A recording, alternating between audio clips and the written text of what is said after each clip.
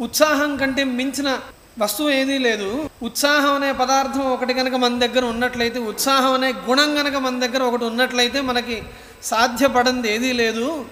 కాబట్టి ఉత్సాహంగా ఉండమ్మా అని మనకి రామాయణంలో ఉత్సాహం అనేది చాలా ప్రధానంగా మనకి బోధ చేస్తూ ఉన్నారు వాల్మీకి భగవానుల వారు. ఎప్పుడూ కూడా నిరాశ నిస్పృహలకు లోనవ్వకుండా ఉత్సాహంగా పనిచేయడమే రామాయణంలో ఉన్న ప్రధానమైన విషయం. మనకి ఎక్కడ చూసినా సరే రాముడు ఆయన ఏ పని చేసినా సరే మంచి ఉత్సాహంగా బాగా ధైర్యంగా ఆయన అన్ని పనులు ముందుకు చేసుకుంటూ వెళ్ళడం అనేది మనకు రామాయణంలో కనిపిస్తున్న విషయం.